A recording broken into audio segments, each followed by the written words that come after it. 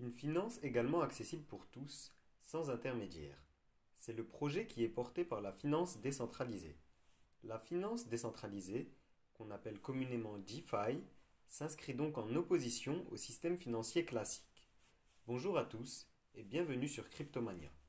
Aujourd'hui, je vais donc vous présenter cette notion qu'est la finance décentralisée.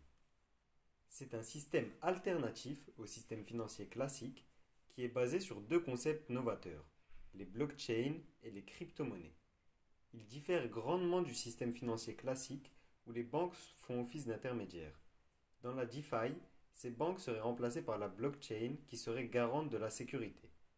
En effet, plutôt que de passer par un intermédiaire de confiance qui permettrait d'assurer la sécurité des transactions, l'exécution de smart contracts permet d'offrir les garanties nécessaires aux différentes parties. Ce système de finance se veut plus égalitaire, en offrant par exemple l'accès au marché financier à tous, sous la seule condition d'avoir une connexion Internet. Ainsi, des zones délaissées de la finance traditionnelle, parce que peu profitables pour les organismes financiers actuels, pourraient se relier à la finance mondiale par l'intermédiaire de la finance décentralisée. Cette plus grande égalité est aussi portée par la construction des blockchains en elles-mêmes, puisque les codes sont par essence accessibles à tous et n'importe qui peut contribuer à leur développement. Par ailleurs, ce modèle financier se veut parfaitement juste, dans la mesure où la résolution des conflits est déjà inscrite dans la blockchain et ne nécessite donc aucune intervention humaine. Seul le code règne. La finance décentralisée a d'ores et déjà différentes utilités. Certaines sont développées, tandis que d'autres sont encore au stade embryonnaire. Il existe de nombreuses applications associées à la finance qui sont développées sur la blockchain. Les Initial Coin Offering, ou ICO, sont des moyens de subventionner un projet sans passer par un marché classique. Pour effectuer une ICO, une startup qui a un projet à financer émet un token, qui n'a de valeur que celle que les investisseurs lui confèrent. Les investisseurs qui souhaitent investir dans le projet reçoivent des tokens en échange de leur investissement.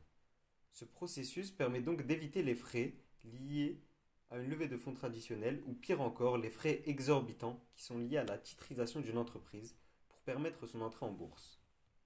Toutefois, cette facilité à lever des fonds sans véritable garantie pour les investisseurs pose la question de la légitimité des leveurs de fonds, d'autant plus avec la multiplication des acteurs dans ce milieu, autant bienveillants que malveillants. Passons maintenant à l'application la plus développée aujourd'hui dans l'écosystème de la finance décentralisée, qui est celle des prêts et emprunts. En effet, elle présente de nombreux avantages par rapport au système classique. Elle permet une vérification de la solvabilité quasiment instantanée, une sécurisation du processus et une conservation des données relatives aux prêts, tout cela via la blockchain. Il est aussi possible d'utiliser des crypto-monnaies comme garantie collatérale à ces emprunts. Étant donné le niveau de sécurité apporté par la blockchain, il n'y a plus besoin d'intermédiaires servant de garant et donc, par conséquent, il y a moins de frais. C'est donc plus profitable pour l'emprunteur. De plus, les assurances liées à ces emprunts pourraient elles aussi être directement émises sur la blockchain et donc diluées sur différents nœuds qui la constituent. Ainsi, le risque est dilué entre une quantité énorme de prêteurs qui constituent les différents nœuds de la blockchain, réduisant les risques pour le prêteur et les frais pour l'emprunteur. L'utilisation dont tout le monde parle actuellement est celle des pools de liquidity. Ainsi, il est possible sur certaines applications de bloquer des fonds sur la blockchain. Ces fonds permettront de contribuer à la réalisation des transactions. En effet, l'utilisateur reçoit une récompense avec des retours sur investissement qui peuvent être énormes. Puisque son argent est utilisé pour valider des transactions, à chaque fois qu'une transaction est validée en utilisant l'argent qu'il a bloqué, il reçoit une récompense. Attention toutefois, car les retours peuvent être élevés mais les risques sont élevés, comme par exemple le risque de perte latente que je vous invite à découvrir si vous souhaitez investir dans les pôles de liquidité. Si vous le souhaitez, indiquez-le en commentaire et je vous ferai une vidéo sur sur ce type d'investissement dans les pools de liquidité. Aussi, parmi les éléments centraux de la DeFi, on retrouve les stablecoins, qui sont des crypto-monnaies alignées sur le cours de monnaie traditionnelle, généralement le dollar ou l'euro. Face à la volatilité des crypto-monnaies, ces stablecoins peuvent servir de monnaie de base aux échanges numériques. Cependant, ces stablecoins, comme les autres crypto-monnaies, ne sont rattachés à aucune autorité centrale. Ils présentent donc ce double avantage d'avoir à la fois la stabilité qui est offerte par les monnaies traditionnelles, mais aussi le niveau de sécurité et d'intimité offert par les crypto-monnaies. Enfin, l'innovation la plus disruptive à mon sens, puisqu'elle élimine totalement le rôle des intermédiaires, est le développement des plateformes d'échange décentralisées. Ainsi, ces plateformes permettent d'échanger des actifs numériques en toute sécurité, sans aucun intermédiaire. Elles ne sont encore que peu développées et posent des questions au niveau de la sécurité et de la réglementation à laquelle elles seraient assujetties.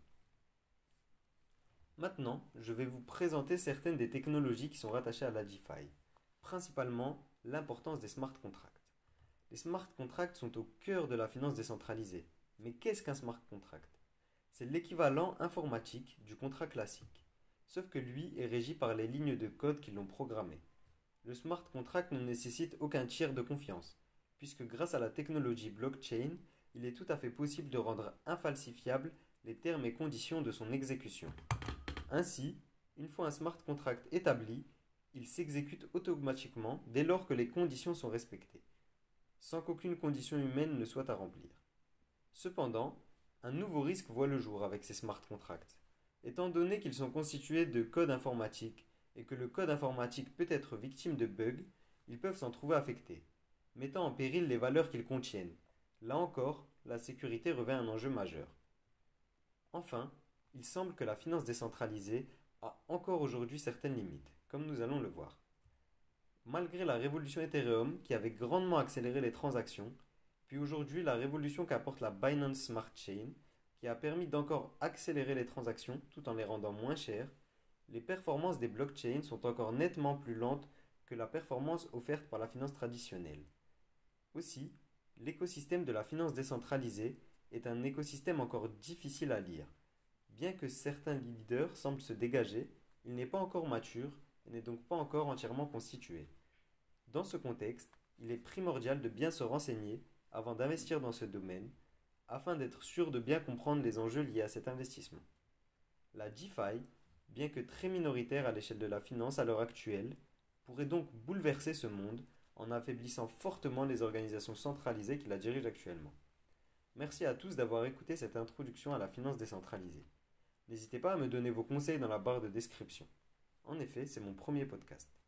Je vous invite à me retrouver sur Instagram, cryptomania.fr, où je poste chaque jour 3 actualités du monde de la crypto-monnaie, et sur Twitter, cryptomania-fr, où je présente des projets intéressants liés au monde de la crypto-monnaie, notamment le Frontier que j'ai présenté dimanche dernier, qui est un projet de la finance décentralisée que je trouve particulièrement intéressant.